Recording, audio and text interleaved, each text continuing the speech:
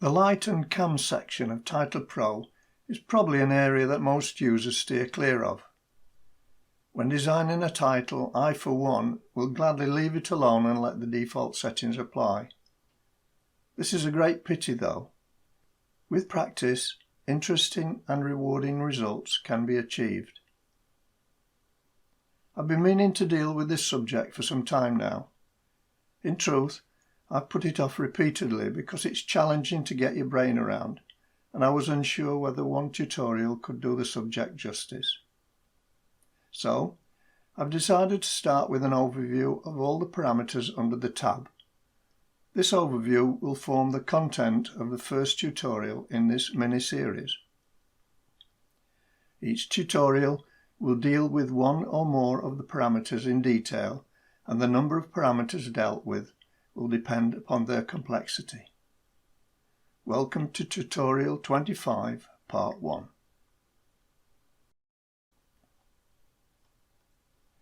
Okay, this is Title Pro standalone. I'm going to first open up the Light and Cam tab and give an overview of all the parameters.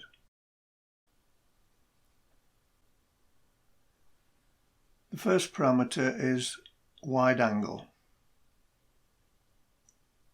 When the element is rotated in 3D space, this changes its perspective so that it looks as if it's stretching away into the distance. The higher the number, the further back it appears to stretch. Note that this parameter will have no effect if the element's rotation is 0.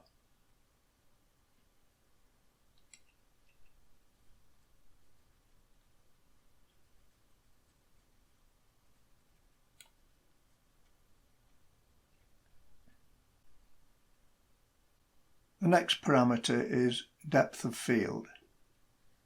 Now by default this is disabled. I think it's set by default to disabled because there's not many times when you would want to use this, but we'll just have a look at it anyway. I open up the drop down to see the subparameters. I've got some templates down here that I've made previously to save a bit of time, so I'll just load this one in.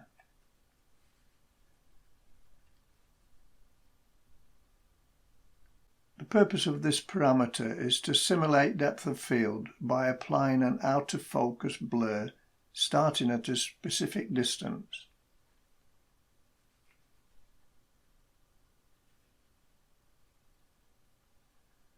The first subparameter is the focus distance, and that determines at what distance the element is in focus. The next subparameter is aperture. This sets the size of the focus area. The next one is blur level, and this sets the amount of blur applied to out of focused areas.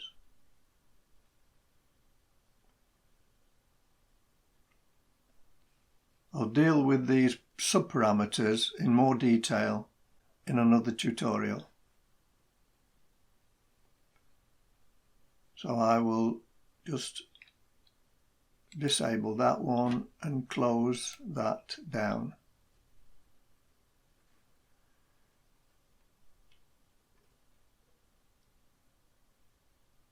The next parameter we come to are the presets. These are inbuilt presets to save you having to create your own presets. I'll drop this down arrow down and you will see that there are several presets already defined. This is a good place to start when you're experimenting with the parameters. You have to note though that these presets can't be previewed before applying. To do this, you have to open up the library and select lighting. I'll just do that now.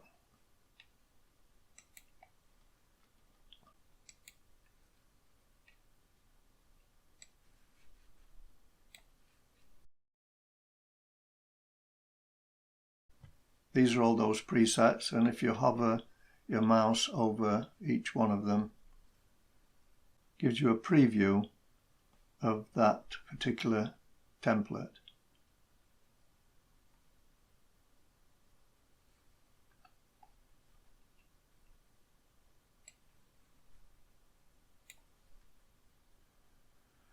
Okay, so they're the inbuilt presets.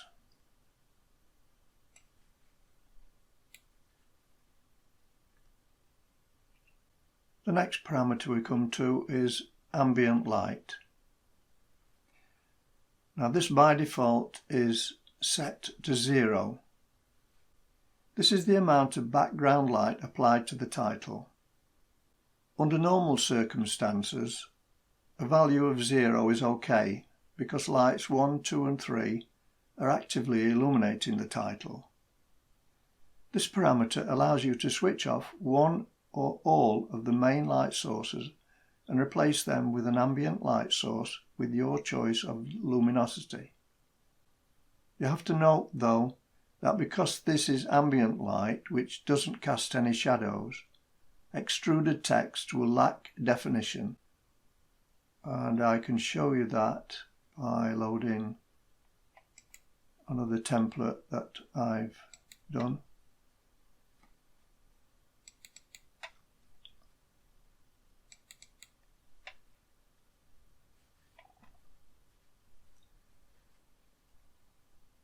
I'll just alter that and show you that although the text is extruded, there are no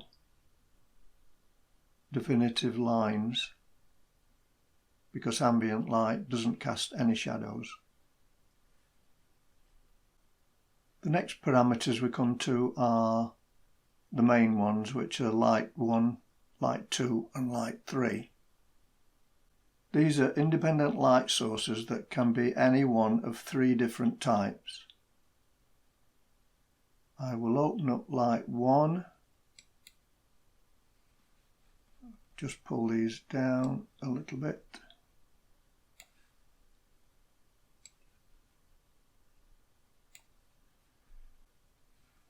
Now this light is a directional light.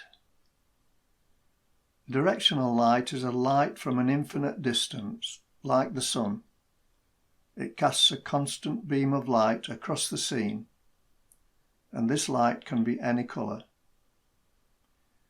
I'll just give you an example of a directional light.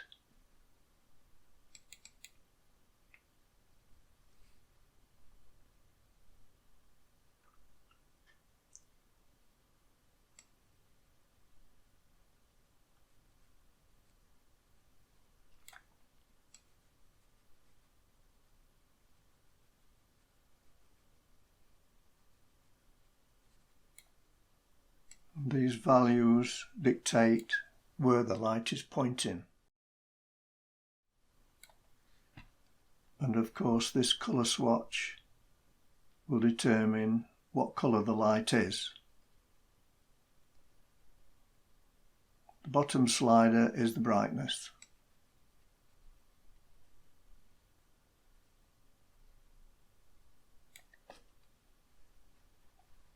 I'll just close that one down and open up light 2. I may just disable light 1 so we can see what's happening. I don't need to do that because I have an example of light 2 which is a point light. Point lights can be any colour and can be useful for creating different lighting effects. They're omnidirectional and cast light in all directions. This is versatile in that the emission point can be moved between letters and behind titles to create unique lighting effects.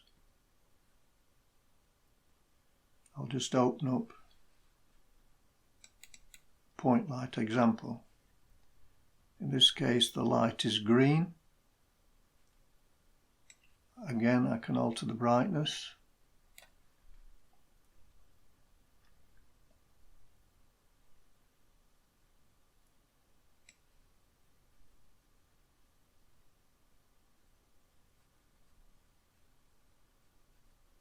change the position of the light, and you can see that a reducing value of Z will bring the light behind the text.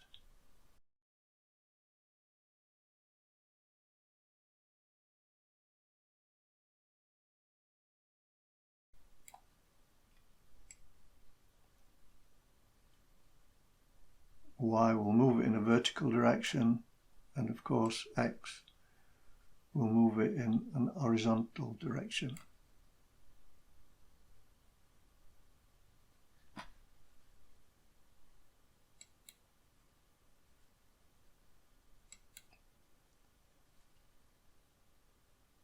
The next type of light is spotlight. This type of light can be used to illuminate a specific section of your scene and is directional. It also can be any colour. Again, I will open up a preset.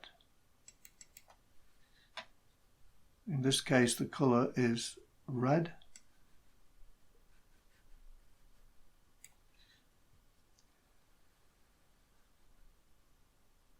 Now this type of light has a lot of parameters. Again, I won't go through these parameters at this time. I will be dealing with this type of light in a later tutorial.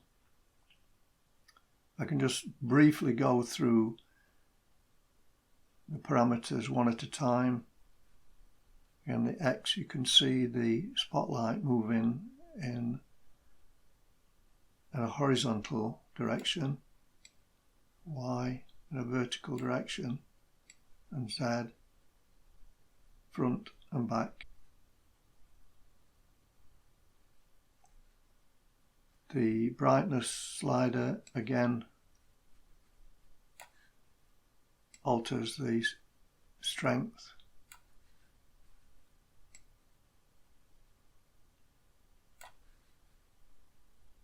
Beam width opens out the beam and closes it,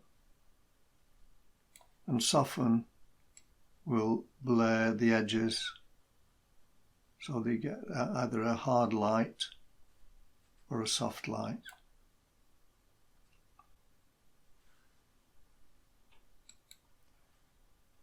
All three lights can be keyframed independently. There are a couple of points to remember. All these parameters apply to the title as a whole. That's irrespective of the number of elements in the title. The depth of field is the only parameter that will affect elements in different ways, depending on the element's layer depth parameter, and each title can have a maximum of 3 light sources only. Okay, so that's a brief overview of the light and cam tab parameters. In the next tutorials in this mini-series, I'll deal with these parameters in more detail. Until then, bye for now.